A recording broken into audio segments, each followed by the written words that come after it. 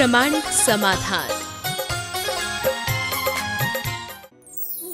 गुरुवर नमोस्तु। वक्त दिखाई नहीं देता परंतु सब कुछ दिखा देता है। अपनापन तो हर कोई दिखाता है, पर अपना कौन है वह वक्त दिखाता है। इसमें क्या रहस्य है? वक्त की स्थिति बड़ी विचित्र है। किसी का वक्त कटता नहीं, किसी के पास वक्त नहीं है। वक्त कुछ देता नहीं पर बहुत कुछ दिखा देता है। सबसे अपनापन ना हो, लेकिन कौन अपना और कौन पराया है वक्त दिखाता है। बात सही है, और जो इस सच्चाई को जानते हैं वो वक्त के साथ चलते हैं और अपना काम बनाते हैं। आपने पूछा है कि वक्त कटता नहीं और वक्त होता नहीं, इसका रहस्य क्या है? जिन लोगों के लिए वक्त का मूल्य है उनका वक्त कैसे बीत जाए पता नहीं लगता। उनके पास वक्त ही नहीं होता। वो हर वक्त को सार्थक करने के लिए सचेष्ट रहते हैं। और जो समय के मूल्य को नहीं समझते उनके लिए समय काटना मुश्किल होता है। हम मूल्य को समझें, इसके महत्व को समझें, जीवन को तदनुरूप ढालने के लिए सचेष्ट रहे, तभी हम इसका सच्चा और वास्तविक लाभ उठा पाएंगे। और हम ये समझें कि समय बड़ा बलवान है। बात बिल्कुल यथार्थ लिखी, वक्त दिखता नहीं पर सब कुछ दिखा देता है। काश हम वक्त से दिखाएं और वक्त जो हमें दिखाए उसे हम सीखें। पर एक सलाह मैं आप लोगों को और दूंगा, वक्त तुम्हें कुछ दिखाए उससे पहले दूसरे के वक्त को देखकर अपना वक्त सुधार लो। तुम्हें कभी बुरे वक्त देखने की नौबत नहीं आएगी। किसी का बुरा वक्त दिख रहा है तो तुम उससे नसीहत ले लो। आज नहीं कल ये स्थिति बन सकती है तुम्हारी भी, इसलिए आज से संभल जाओ। जो दूसरों के बदहाली को देखकर स्वयं को संभालते हैं उनके जीवन में सदैव खुशहाली होती है। और जो अपनी खुशफहमी में लीन रहते हैं, अचानक आए हुए कुछ समय के कुचक्र से इस तरह पिटते हैं कि फिर वो कहीं के नहीं रहते। इसलिए इस बात को गंभीरता से समझें। गुरुवर नमोस्तु। कंडे पर बनी दाल बाटी का खाना कितना उचित है और क्या हमें पितरों का पूजन करना चाहिए? भारत में गोमय को एक पवित्र वस्तु के रूप में देखा गया। गोमय से शुद्धि भी करी जाती है और गोमय का जो कंडा बनता है उसे एक ईंधन के रूप में भी प्रयोग किया जाता रहा। उसके हर चीज़ का प्रयोग किया जाता है। लेकिन आज का युग तो काफ़ी आगे बढ़ गया है। आप किसी भी गोबर के कंडे को देखिए नज़दीक से तो आपको उसमें कीड़े दिखाई पड़ेंगे। वास्तविक गोबर का कंडा वो होता है जिसको बिनौला बोलते हैं। जंगल में गाय ने जहाँ गोबर किया उसके ऊपर और किसी का गोबर न पड़े, उस गोबर में कभी कीड़े नहीं होंगे। ये इसकी विशेषता होती है। और वो जंगल से लोग बीनते वहीं पड़ा पड़ा सूख गया, उसको बोलते बिनौला। उस बिनौले के कंडे का उपयोग करने में हिंसा नहीं है। एक गाय का गोबर कहते हैं वो वर की तरह है। लेकिन जब अनेक गायों के साथ में भैंसों के मिक्स कर लेते हैं तो उस कंडे में कीड़े होते हैं। और चूंकि आज हमारे पास एक से एक विकल्प है इसलिए इनका प्रयोग नहीं करना चाहिए। वैकल्पिक व्यवस्थाएं दूसरी देखनी चाहिए। अब आप कुछ लोग कहते हैं महाराज उसमें स्वाद ज़्यादा होता है, तो स्वाद के साथ आप धर्म का भी ध्यान रखें, आपकी संवेदना भी होनी चाहिए। इन सब बातों को बहुत गंभीरता से देखना चाहिए। और जहाँ तक शनिवार को पितरों को पूजने की बात है, अरे जीते जी अपने माँ बाप के प्रति इतनी श्रद्धा रखो कि कभी किसी पितर को पूजने की ज़रूरत ही नहीं पड़ेगी। ये एक प्रकार का अंधविश्वास है। जिनका मनोबल कमज़ोर होता, मैंने कल भी कहा था, भय और लोभ से ग्रस्त चित्त वाले व्यक्ति अंधविश्वासी होते हैं। और ऐसे ही लोग दुनिया भर के कर्म कांडों में उलझते हैं। ढेर सारे ठट कर्म करने के बाद भी उनका हाल बेहाल ही होता है। गुरुवर नमोस्तु। आजकल के लोग जैन धर्म को वॉशिंग पाउडर की तरह समझते हैं, बीमा कंपनी की तरह नहीं। हमें इन लोगों में धर्म के प्रति विश्वास जगाने के लिए क्या प्रयास करना चाहिए? जैन धर्म किसी वॉशिंग पाउडर की तरह नहीं है कि पहले इस्तेमाल करो फिर विश्वास करो। ये तो बीमा कंपनी की तरह है जो कहता है जिंदगी के साथ भी और जिंदगी के बाद भी। फिर भी लोग धर्म के विषय में इस तरह का कार्य क्यों नहीं करते, उसे वॉशिंग पाउडर की तरह क्यों देखते हैं? वस्तुतः जिस दिन हमें ये पता लग जाएगा कि धर्म का महत्व क्या है, और जिन्हें इसका पता है वो कभी नहीं सोचते, और जिनको पता नहीं है वो तरह तरह की बातें आजमा करके चलते हैं। हमें ठीक तरीके से पता रखते हुए इसे काम करना चाहिए, और व्यक्ति को एकदम ये बात सोचना चाहिए कि धर्म किसी वस्तु की तरह नहीं है, धर्म तो भीतर का तत्व है। वस्तुएं प्रयोग के ऊपर आश्रित होती है, पर धर्म अनुभव पर आधारित होता है। इसलिए अनुभव से भरकर यदि हम धर्म का अनुपालन करेंगे तभी अपने जीवन को सफल कर सकते। गुरुवर नमोस्तु। आंसू और मुस्कुराहट दुनिया की सबसे खूबसूरत जोड़ी है। इन दोनों का मिलना मुश्किल है, तो हम इन दोनों में कैसे समानता करें जिससे हर पल खूबसूरत हो जाए। जीवन की सबसे खूबसूरत जोड़ी मुस्कुराहट और आंसू है, और ये बहुत कम मिलती है। जो दोनों एक साथ हो, या तो मुस्कान होगी या आंसू, पर ऐसा दोनों एक साथ हो सकता है। अगर तुम चाहो कि मेरे मुस्कान के साथ आंसू भी हो या आंसू की घड़ी में मुस्कान हो, तो बड़ा सीधा सा उपाय है। दूसरे को मुस्कुराने का मौका दो।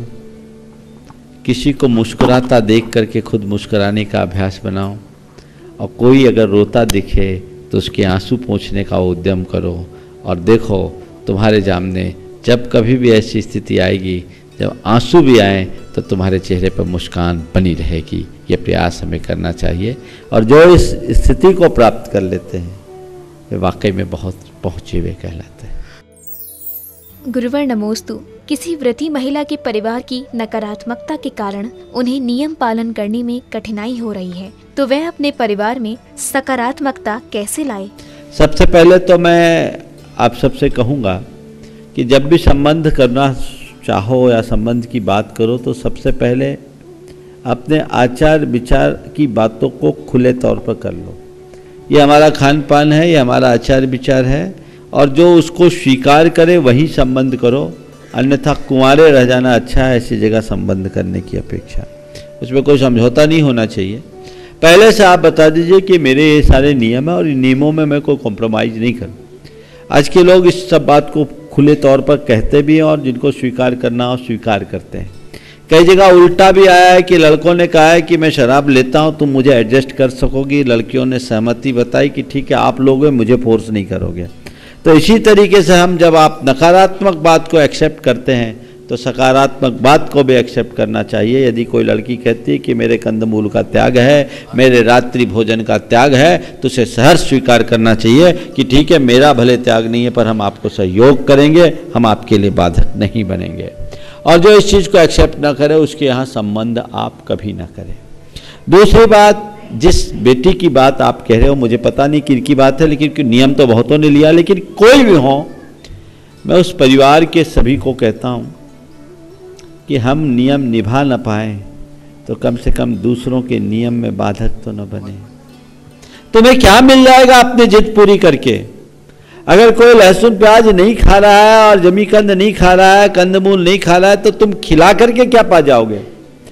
खाने से उसकी प्रतिज्ञा का भंग होगा, खिलाने से तुम्हें क्या हासिल होगा?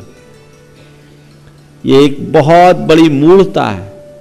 और पढ़े लिखे लोगों को मैं तो उसके पति और उसके बच्चे को भी ये संदेश देना चाहता हूं कि जब तुम्हारी पत्नी या तुम्हारी माँ डिप्रेशन में जा रही है तो तुम्हें क्या मिल रहा है? प्रसन्नता मिल रही है? पूरा घर का वातावरण रोना हो रहा है। सब सत्यानाश। अपना हट छोड़ो, अपनी जिद छोड़ो, और जिनका नियम है उन नियम को निभाने में सहायक बनो। उन बहन से भी मैं कहूँगा थोड़ी दृढ़ता रखो, पॉजिटिव सोचो, कर्म का उदय मानो, मन में क्षमता रखो, थोड़े दिन में स्थितियाँ अनुकूल हो जाएगी। वे तुम्हें कुछ भी बोले उनके लिए अच्छे से अच्छा बनाने की कोशिश करो। जहाँ तक है वो टीका टिप्पणी होती, किसी एक से घर में और स्टाफ वगैरह होते उनसे चखवा लो, या जो तुमसे बने करो, सामने वाले की बातों को इग्नोर करो। और इसमें डिप्रेशन में जाने की जगह अपने पति आदि के इस प्रकार के व्यवहार को, उनके कटु व्यवहार को अपनी कर्म निर्जरा का माध्यम मान करके, निमित्त मानकर सहज भाव से स्वीकार करो, उसे इग्नोर करना शुरू कर दो। देखो तुम्हारे कर्म की निर्जरा कैसी होती है, बदलाव आएगा।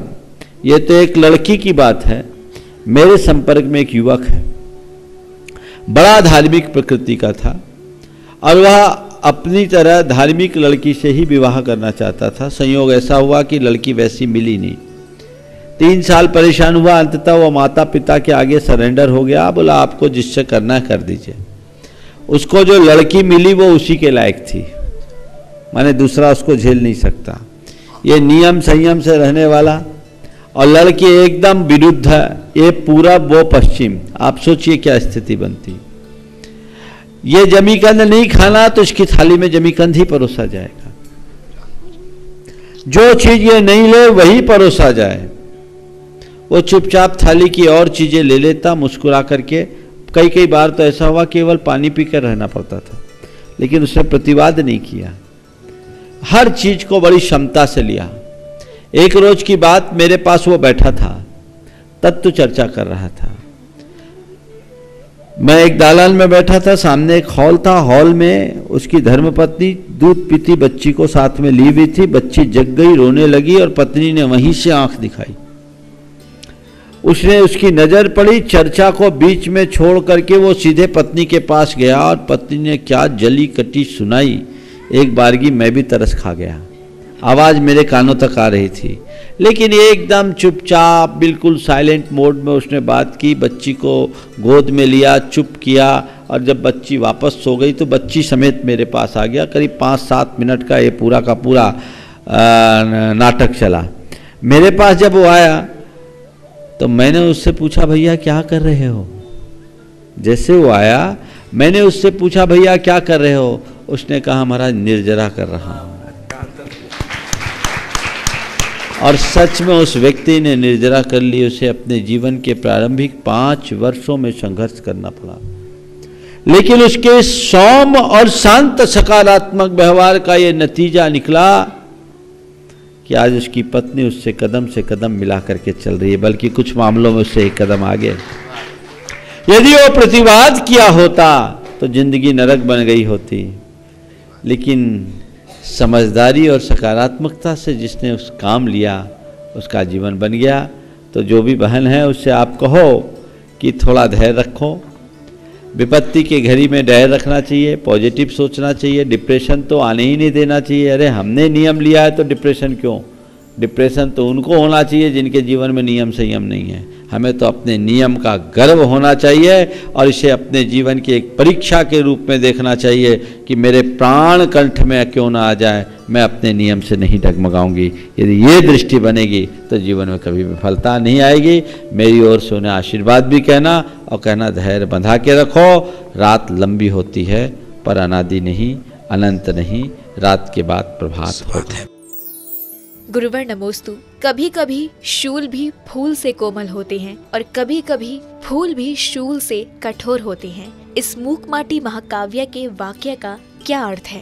कठोर होते हैं सूल से और सूल भी कोमल होते हैं फूल से। इसके भाव को समझे। आपने देखा किसी व्यक्ति के ऊपर की शव पर कोई फूल रखा गया हो, वो फूल आपको दिया जाए, आप लेना पसंद करेंगे? नहीं। बोलो नहीं। क्या हो गया? और अगर आपके पाँव में तीक्ष्ण कांटा चुभ गया हो, उस कांटे के लिए दूसरा कांटा लगाया गया हो, वो सूल सुहाएगा कि नहीं? सुहाएगा। समझ गए? तो जब पाँव में कांटा चुभा है तो उसको निकालने के लिए चुभाया जाने वाला सूल फूल के समान है, और जो फूल व्यर्थ के कार्यों में लगा हुआ वो फूल हमारे लिए सूल के समान है। गुरुवर नमोस्तु। दुनिया के समस्त पदार्थ अपना स्वभाव नहीं छोड़ते, लेकिन मनुष्य अपना स्वभाव क्यों छोड़ चुका है? दुनिया के सब पदार्थ अपने स्वभाव नहीं छोड़ते, मनुष्य अपने स्वभाव को क्यों छोड़ देता है, भूल क्यों जाता है? दरअसल ये है कि मनुष्य कभी स्वभाव में आया ही नहीं। प्रकृति अपने स्वभाव में, पर मनुष्य में प्रकृति नहीं विकृति है। इसलिए मनुष्य को स्वभाव छोड़ने की बात नहीं, स्वभाव में आने की बात है। विभाव छोड़ो, स्वभाव को पालोगे। गुरुवर नमोस्तु। माँ बच्चों को खाने में मनपसंद व्यंजन बना देती है, लेकिन बच्चे पिता को केले के छिलके की तरह क्यों फेंक देते हैं, जबकि पिता छिलके की तरह उनकी सुरक्षा करता है? बहुत अच्छी बात जो आपके प्रश्न में उभर कर आई है वो है पिता का स्थान। केले में जब तक छिलका है तभी तक केले की सुरक्षा है। छिलका हटा दो तो केले का कोई मूल्य है? बोलो, सेफ रहेगा? जब तक तुम्हारे पिता का तुम पर आशीर्वाद है तभी तक तुम सुरक्षित हो, अन्यथा नहीं। हाँ, छिलका दागदार हो, छिलका अगर काला पड़ जाए, छिलका खराब हो, तो असर केले पर पड़ता है, उसके गूदे पर पड़ता है, वो सेवन करने के योग्य नहीं होता। इसलिए छिलके को एकदम साफ सुथरा होना चाहिए, ये उसकी जिम्मेदारी है, क्योंकि छिलका केवल छिलका नहीं है, वो उस फल का कवच है, उसे सुधारना चाहिए। आपने कहा छिलके की तरह उतार के फेंक दे और हम फल का उपभोग करें, ये फल के साथ तो हो सकता है, लेकिन जीवन में और पिता पुत्र के या संतान के साथ जब हम संबंधों को जोड़ करके चलते हैं तो यहाँ उनका उपभोग नहीं किया जाता, उपयोग किया जाता है। और इस बात को सदैव याद रखना, छिलके की सलामती में ही फल की सलामती है। दोनों जब तक साथ हैं तभी तक उनकी उपयोगिता है, एक को हटा दोगे दूसरा उपयोग शून्य हो जाएगा। गुरुवर नमोस्तु। घर में धोती दुपट्टा पहनकर श्रावक अभिषेक, शांतिधारा और पूजन आदि करते हैं, ऐसा करना क्या उचित है? कुछ लोगों का ऐसा कहना है कि तुम्हारे घर का अपने बदन का कपड़ा मंदिर में नहीं सूखना चाहिए, तो तुम घर से ही नहा करके जाओ, घर से ही वस्त्र पहन करके जाओ। अब उनके अपने तर्क हैं। परंपरा यही है कि मंदिर में स्नान करके आप वस्त्र पहन करके आप करें ताकि शुद्धता रहे। शहरों में, गाँवों में जो सड़कों और गलियों की दशा है उसे देख करके तो ये लगता है कि बिना स्नान करने के किए भगवान का अभिषेक नहीं होना चाहिए, पर सबके अपने अपने अभिमत है। इसमें श्रावक दुविधा में पड़ जाता है। मैं कहूँ मंदिर में स्नान करो और दूसरे महाराज तुमसे कहे मंदिर में स्नान करोगे, अपने शरीर की गंदगी भगवान के दरबार में टांगोगे, क्या इससे नेगेटिव एनर्जी होगी? और मैं ये कह दूं कि नहीं, घर में अगर पूजा के कपड़े सूखेंगे तो घर में पॉजिटिव एनर्जी आएगी, तो तुम क्या करोगे? तो ये कन्फ्यूजन की बात है। मैं इसमें क्या कहूँ, सबके अपने अपने विचार है। आगम इस विषय में कुछ नहीं बोलता। आगम तो केवल शुद्धता की बात करता है, पवित्रता की बात करता है। आगम में ऐसा नहीं लिखा कि तुम घर से स्नान करके जाओ कि मंदिर में स्नान करो, पर अपने विचार और विवेक का प्रयोग करो।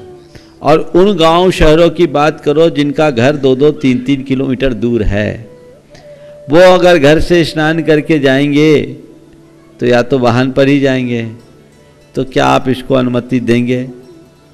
पैदल आएंगे तो पैदल सड़क की गंदगी आप देखते हैं, उस गंदगी युक्त सड़क से चलकर आने वाले को आप भगवान के अभिषेक पूजन की सम्मति देंगे? ये आपके अपने विवेक की बात है, विचार करना चाहिए। इस विषय में मैं एक ही बात कहूँगा, विवाद मत करो, जिसको जो करना है करो, मत कहो तो एक रूपता रखो। जहाँ जो परिपाटी चल रही है वो चलना चाहिए। अगर आपके यहाँ मंदिर में स्नान करने की परिपाटी चली आ रही है तो आपको चाहिए कि उसे आप मेंटेन करके चलें। कोई नई परिपाटी शुरू करे तो उसे रोकें ताकि आपस में वितंडा ना हो। और यदि आपकी कोई निर्धारित परिपाटी नहीं है तो इस बात को लेकर ज़्यादा खींचातानी न करें। गुरुवर नमोस्तु। भव्य और अभव्य जीव की पहचान कैसे करें? भव्य और अभव्य की स्थूल पहचान हम नहीं कर सकते, ये दिव्य ज्ञानियों के ज्ञान का विषय है। फिर भी आप सबके मन को समझाने के लिए एक पहचान जो हमारे शास्त्रों में दी है उस विषय में मैं कहूँगा। एक आचार्य ने भव्य और अभव्य जीव की पहचान बताते हुए, हालांकि ये बड़ी स्थूल है फिर भी समझने के लिए उपयोगी है, लिखा है, तत्प्रति प्रीति चित्तेन येन वार्ताप हि श्रुता निश्चितम स भवेद भव्य भावी निर्वाण भाजना।